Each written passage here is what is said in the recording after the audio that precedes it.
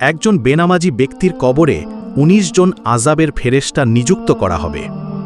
আল্লাহ তাআলা বলেন, তার উপর আমি নিযুক্ত করেছি ১৯ জন। সূরা আল মুদ্দাসসির আয়াত নং ৩০।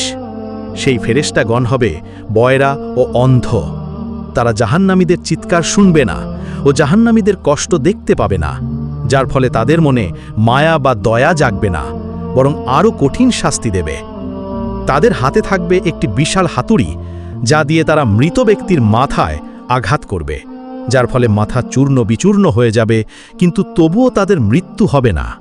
আল্লাহর হুকুমে মাথা পুনরায় তৈরি হবে এবং ফেরেশতারা আবার শাস্তি দেওয়া শুরু করবে। এভাবে কিয়ামত পর্যন্ত তার কবরের শাস্তি চলতেই থাকবে। হে আল্লাহ, আমাদের সকলকে কবরের আযাব থেকে হেফাজত করুন, আমিন। প্রতিদিন এমন ভিডিও পেতে চ্যানেলটি সাবস্ক্রাইব করুন।